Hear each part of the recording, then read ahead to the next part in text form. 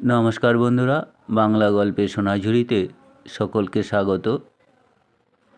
আজ আমরা শুনব সত্যজিৎ রায়ের একটি মজার গল্প। আজকের গল্প মানপত্র। শতদল সংস্থার সেক্রেটারি প্রণবেশ দত্ত একটি অবাক করা সংবাদ ঘোষণা করবার পর উপস্থিত সদস্যদের মুখ দিয়ে প্রায় 1 মিনিট কোনো কথা বেরোলো না। ক্লাব ঘরে জরুরি মিটিং বসেছে নববর্ষের 5 দিন আগে। মিটিংয়ের উদ্দেশ্য প্রণবেশ জানায়নি কাউকেই, কেবল বলেছে আজ সকলেরই আসা চাই, কারণ সংকটময় মুহূর্তে উপস্থিত থাকা জরুরি। প্রথম মুখ খুলল Jayanta Sarkar. Are you absolutely sure? Jayanta লাকসই ইংরেজির হদিশ পেলে বাংলা আর বলে না। বিশ্বাস যদি না হয় চিঠি দেখো, বলল প্রণবেশ। এই তো, সমর কুমারের নিজের সই। আরও সিউরিটির দরকার আছে কি? সমর কুমারের চিঠিটা হাত ঘুরে আবার প্রণবেশের কাছেই ফিরে এলো। হ্যাঁ, সমর কুমারের সই তো বটে। ফিল্ম পত্রিকার দৌলতে এই সই কারুর চিনতে বাকি নেই, বিশেষ করে তার হস্তাক্ষর। কারণটা কি বলেছে? প্রশ্ন করল নরেন গুই। শুটিং, বলল প্রণবেশ। হঠাৎ আউটডোর পড়ে গেছে কালিম্পংয়ে, অতএব ভেরি সরি। আশ্চর্য, বলল শান্তনু রক্ষিত। লোকটা ইয়েস বলে স্রেফ নো করে দিল। নরেন গুই বলল, আমি তো গোড়াতেই বলেছিলাম ওসব চিত্র তারকা ফারকা বাদ দে, ওদের কথার কোনো ভ্যালু নেই। What a catastrophe! কপালের ঘাম মুছে বলল জয়ন্ত সরকার। এর কোনো বিকল্প ব্যবস্থা হয় না? প্রশ্ন করল চুনিলাল সন্ন্যাল।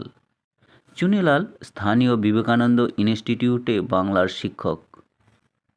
এই লাস্ট মোমেন্টে আর কি বিকল্প ব্যবস্থা আশা করছো চুনিদা? বলল সেক্রেটারি প্রণবেশ।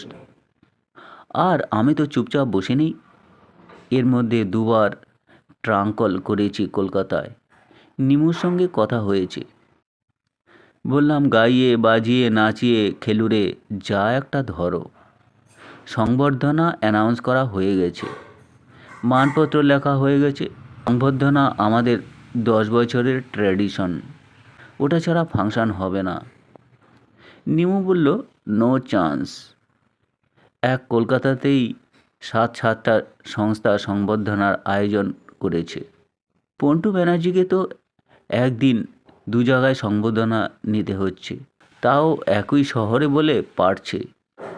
শ্যামল সোম, রজত মান্না, হরিলাল গুপ্ত কোনো ক্লাব বুক করে রেখেছে। তুমি যে মানপত্রের কথা বললেন ইন্দ্রনাথ রায়, যিনি এখানে সকলের বয়োজ্যেষ্ঠ। সমর কুমারের জন্য যে মানপত্র লেখা হয়েছে সেটা তুমি অন্যের ঘাড়ে চাপাবে কি করে? আপনি বোধহয় মানপত্রটি দেখেননি ইন্দ্রদা, বলল প্রণবেশ। না, দেখিনি। তাই ওর কোথাও ফিল্ম স্টার বা ফিল্মের কথা নেই। অ্যাড্রেস করা হয়েছে হে সুধি বলে। সুধি তো এনিওয়ান হতে পারে। দেখি মানপত্রটা। দেরাজ থেকে একটা পুরো পাকানো কাগজ বার করে ইন্দ্রনাথ রায়ের হাতে দিয়ে দিল প্রণবেশ। এটা লিখতে 7 দিন লেগেছে। ভাষাটা অবশ্য চুনিদার। চুনিলাল খুব করে একটা কাশি দিয়ে তার অস্তিত্বটা জানিয়ে দিল। পাকানো কাগজটা খুলে ধরেছেন ইন্দ্রনাথ। তার কপালে খাস। তা তো হবেই, বলল চুনিলাল। রবীন্দ্র জয়ন্তীতে উৎসব কমিটির পক্ষ থেকে স্যার জগদীশ বোস কবিগুরুকে অভিনন্দন জানিয়েছিলেন। ভাষাটা শরৎচন্দ্রের। এটা তো তার প্রথম লাইন, যে লাইন তুমি বেমালুম লাগিয়ে দিলে। কোটেশনে আপত্তি কিসের ইন্দ্রদা? এ তো বিখ্যাত পংক্তি, শিক্ষিত বাঙালি মাত্রই চিনবে। আর কটা কোটেশন আছে এতে? আর নেই ইন্দ্রদা, বলল চুনিলাল। বাকিটা অবশ্য সম্পূর্ণ মৌলিক। মানপত্র টেবিলের উপর ফেলে দিয়ে একটা হাই তুলে ইন্দ্রনাথ বললেন, তাহলে বোঝো এখন তোমরা কি করবে? অক্ষয় বাগচির বয়স 50-এর কাছাকাছি, মেজাজও বেশ ভারাক্কি। তিনি একটা উইলস ধরিয়ে ধোঁয়া ছেড়ে বললেন, নামের মোহটা যদি ত্যাগ করতে পারো তো আমি একজনের নাম সাজেস্ট করতে পারি। সংবর্ধনা ছাড়া যখন ফাংশন হবে না তখন তার কথাটা তোমরা ভেবে দেখতে পারো। নামের কথাটা যে এখন ভুলে যেতে হবে সে তো বুঝতেই পারছি, বলল প্রণবেশ। তবে তাই বলে তো রাস্তা থেকে যাকে তাকে ডেকে রিসেপশন দেওয়া যায় না। কোনো না কোনো একটা কন্ট্রিবিউশন তো লোকটার থাকতে হবে, তাই না? আছে, বললেন অক্ষয় বাগচি। এর আছে। কার কথা বলছেন আপনি? ঈষৎ অসহিষ্ণুভাবে প্রশ্ন করলেন প্রণবেশ। হরলাল চক্রবর্তী। নামটা উচ্চারণ করার পরে ক্লাব ঘরে বেশ কয়েক মুহূর্তের জন্য নৈশব্দ। উপস্থিত সদস্যদের অনেকেই যে এই নামটা শোনেননি সেটা বোঝা যাচ্ছে।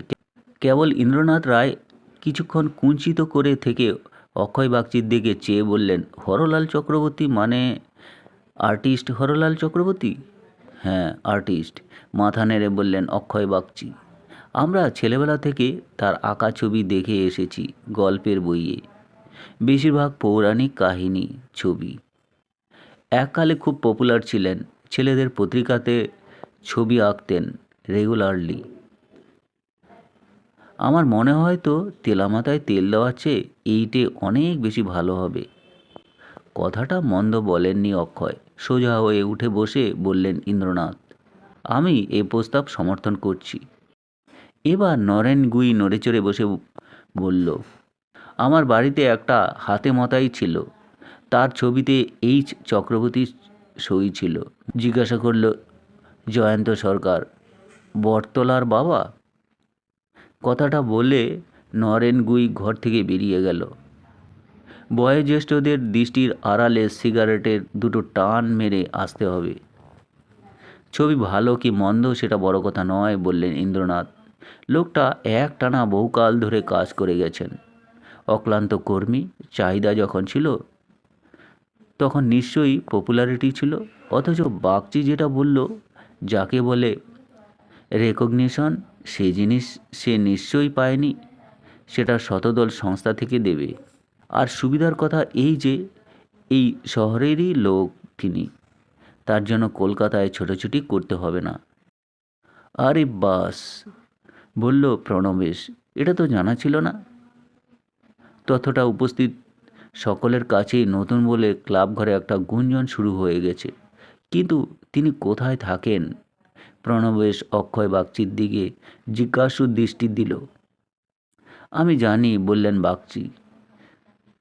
কুমোরপাড়ার শেষ মাথার যেখানে রাস্তার দুটো ভাগ হয়ে গেছে সেটা ধরে বাঁয়ে কিছু দূর গেলেই মনমতো ডাক্তারের বাড়ি। তিনি একবার বলেছিলেন হরলাল চক্রবর্তী তার প্রতিবেশী। আপনি তাকে চেনেন? মানে হরলালকে? চিনি মানে? বছর 5 আগে একবার মুখুজ্জুদের বাড়িতে দেখেছিলাম, এক ঝলকের দেখা আর কি। বোধহয় ওদের বাড়ির জন্য কিছু ছবি এঁকেছিলেন। কিন্তু প্রণবেশের মনে এখনও খটকা। না মানে নামটা তো অ্যানাউন্স করতে হবে, যদি উনি রাজি হন সংবর্ধনা নিতে। তাতে কি হলো, লোকে যদি নাম না শুনে থাকে তাহলে? নামের আগে জুড়ে দেবে প্রখ্যাত প্রবীণ চিত্রশিল্পী, ব্যাস।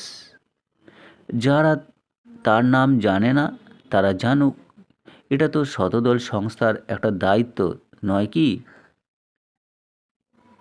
জয়ন্ত সরকার বলল, ভেরি গুড আইডিয়া। আইডিয়াটা যে ভেরি গুড সেটা মোটামুটি সকলেই মেনে নিল। সকলেই স্বীকার করল যে এতে শতদল সংস্থার প্রেস্টিজ বাড়বে, বই কমবে না। তারা যেটা করতে চলেছে সেটা মামুলি সংবর্ধনা নয়, এটা একটা সামাজিক কর্তব্যও বটে। হয়তো এটাই হবে ভবিষ্যতের রেওয়াজ। বাংলার যেসব কৃতি সন্তান অন্ধকারে পড়ে আছেন তাদের আলোতে তুলে ধরা। ঠিক হলো, অক্ষয় বাগচি নিজে যাবেন প্রণবেশ ও ক্লাবের আরেকটি সভ্যকে নিয়ে হরলাল চক্রবর্তীর বাড়িতে। কাল সকালেই যাওয়া দরকার, কারণ আর সময় নেই।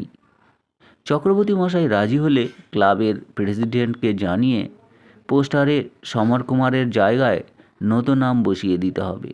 নামের আগে অবশ্য প্রখ্যাত প্রবীণ চিত্রশিল্পী কথাটা বাদ দিলে চলবে না। গোলাপি রঙের একতলা বাড়ির ফটকে হরলাল চক্রবর্তী আর্টিস্ট ফলক থাকায় কাজটা অনেক সহজ হয়ে গেল। অক্ষয় বাগচি ভুল করেননি। এই বাড়ির দুটোর পরেই মনমতো ডাক্তারের বাসস্থান। প্রণবেশ ও বাগচি মশাই ছাড়া সঙ্গে এসেছেন বাংলার শিক্ষক চুনিলাল সন্ন্যাল। তিনজনে গেটে দাঁড়িয়ে ভেতরে ঢুকলেন। বাড়ির সামনে ছোট্ট একটা ফুলের বাগান, তাতে একটা আমড়া গাছ। পরিবেশ ছিমছাম হলেও সচ্ছলতার কোনো পরিচয় নেই। দরজায় ঠোকা দেবার আর দরকার হলো না, কারণ চশমা পরিহিত ভদ্রলোক হয়তো জানালা দিয়ে আগন্তুকদের আগে থেকেই দেখেছে। দরজা খুলে এলেন। পরনে লুঙ্গি করে পরা ধুতির উপরে লম্বা হাতা জালিদার গেঞ্জি। অক্ষয় বাগচি নমস্কার করে এগিয়ে গিয়ে বললেন, আপনার বোধহয় মনে নেই, বছর 5-7 আগে ধরণী মুখুজ্জেদের বাড়িতে একবার আপনার সঙ্গে সামান্য আলাপ হয়েছিল। ও একটা মানে কথাটা ছিল আপনার সঙ্গে, বলল প্রণবেশ। একটু বসা যায় কি? আসুন না। দরজা দিয়ে ঢুকেই বায়ে বৈঠকখানা, কিছু বাঁধানো পেন্টিং, তাতে ইংরেজিতে এইচ চক্রবর্তী সই সুস্পষ্ট। এছাড়া অনাড়ম্বর পরিবেশ, তক্তপোষ ও কাঠের চেয়ার মিলিয়ে সকলেরই বসার জায়গা হয়ে গেল। আমরা আসছি শতদল সংস্থার পক্ষ থেকে, বলল প্রণবেশ। শতদল সংস্থা? আগে হ্যাঁ, একটা ক্লাব, এখানের খুব নামকরা ক্লাব। আমরা প্রতি বছর পয়লা বৈশাখে একটা ফাংশন করি। একটু গান বাজনা হয়, একটা একাঙ্ক নাটিকা, তার সঙ্গে বাংলার সংস্কৃতির ব্যাপারে যা কিছু অবদান আছে এমন একজনকে আমরা সংবর্ধনা দিই। এবার আপনার কথাটাই মনে পড়ল। আপনি আমাদের শহরের লোক, মানে তেমন করে তো কেউ আপনাকে চেনে না। পয়লা বৈশাখ? আগে হ্যাঁ, সে তো আর মাত্র 4 দিন। হ্যাঁ, মানে একটু লেট হয়ে গেল। প্রণবেশ তখন গলা খাঁকড়ে নিল। অসুবিধে ছিল তাই আর কি। বুঝলাম। তো সংবর্ধনা মানে? কিছুই না, 6টা নাগাদ আমরা এসে আপনাকে নিয়ে যাব গাড়িতে করে। সন্ধ্যা 6টা। আপনার আইটেমটা একদম শেষে। আপনাকে একটা মানপত্র দেওয়া হবে। ইনি মিস্টার বাগচি, আপনার সম্বন্ধে দুটো কথা বলবেন, আর শেষে আপনিও যদি 2 কথা বলেন তাহলে তো কথাই নেই। 9টার মধ্যে ফাংশন শেষ হয়ে যাবে। আপনার বাড়ির লোক, মানে আপনার স্ত্রী, উনি তো বাতের রুগী। ও, তা আপনি যদি আর কাউকে নিয়ে যেতে চান সেটা দেখা যাবে ক্ষণ। এবার অক্ষয় বাগচি একটা কাগজের কথা পড়লেন। আপনার সম্পর্কে একটা ইন্ট্রোডাকশন দিতে পারলে ভালো হতো। ঠিক আছে, আমি কিছু তথ্য লিখে রাখবো একটা কাগজে। আপনারা কাল যদি কাউকে পাঠিয়ে দেন। আমি নিজেই এসে নিয়ে যাব, বলল প্রণবেশ। শতদল সংস্থার 3 সদস্য উঠে পড়লেন। হরলাল চক্রবর্তী যেন এতক্ষণে ব্যাপারটা উপলব্ধি করছেন। তার চোখের কোণ চিকচিক করছে বলে মনে হলো প্রণবেশের। অনুষ্ঠান সুষ্ঠুভাবে পরিচালনায় যে সুনাম আছে শতদল সংস্থার, এই পয়লা বৈশাখও সেটা অক্ষুণ্ণ রইল। সরকারি আর্ট স্কুলে তার ছাত্রজীবন, পেশাদারি শিল্পী হিসাবে আত্মপ্রতিষ্ঠার পেছনে তার অক্লান্ত স্ট্রাগল, পৌরাণিক সিরিজের 56খানা বই ও অজস্র শিশু পত্রিকার তার ছাপা বই, রায়বাহাদুর এল.কে. গুপ্ত প্রশংসাপত্র, বর্ধমান মহারাজাধিরাজ কর্তৃক প্রদত্ত রৌপ্যপদক, 62 বছর বয়সে চিত্রাঙ্কন থেকে অবসর গ্রহণ, এসবই তথ্য আজ এই অনুষ্ঠানে উপস্থিত সকলেই অবগত হলেন। হরলাল নিজে শতদল সংস্থার উদ্যমের প্রশংসা করে শুধু একটি কথাই বললেন, এই প্রশংসাপত্র আমার প্রাপ্য নয়। তার বিনয়সূচক এই উক্তি অবশ্য সকলের মনেই গভীরভাবে রেখাপাত করল। পুষ্পমালা ফ্রেম বাঁধানো মানপত্র নিয়ে হরলাল যখন ক্লাবের ভাইস প্রেসিডেন্ট নিহার চৌধুরীর গাড়িতে উঠেছেন, তখন তিনি বেশি খুশি না শতদল সংস্থার সভ্যরা বেশি খুশি তা বলা শক্ত। শেষ কথা বললেন ইন্দ্রনাথ রায়, আগামী বছরের সংবর্ধনা তোমরা বাগচিকেই দিও। প্রণবেশ ভায়া, সেই তো ক্লাবের মানটা বাঁচালো। পরদিন সকালে সংস্থার আপিসে একটি লোক এলে সেক্রেটারির নামে একটি মোড়ক দিয়ে গেল। প্রণবেশ মোড়কটা খুলে ভারী অবাক হয়ে দেখল তাতে রয়েছে হরলাল চক্রবর্তীর মানপত্র। সেটি খুলে প্রণবেশ যা পড়ল তা হল, শতদল সংস্থার সেক্রেটারি মহাশয়, সমীপে সবিনয় নিবেদন। সেদিন আপনাদের কথায় মনে হয়েছিল আপনারা নেহাত বিপাকে পড়ে হরলাল চক্রবর্তীকে সংবর্ধনা দেওয়ার সিদ্ধান্ত নিয়েছেন। আপনাদের ত্রাণকর্তার ভূমিকা পালন করতে পেরে আমি পুলক বোধ করছি।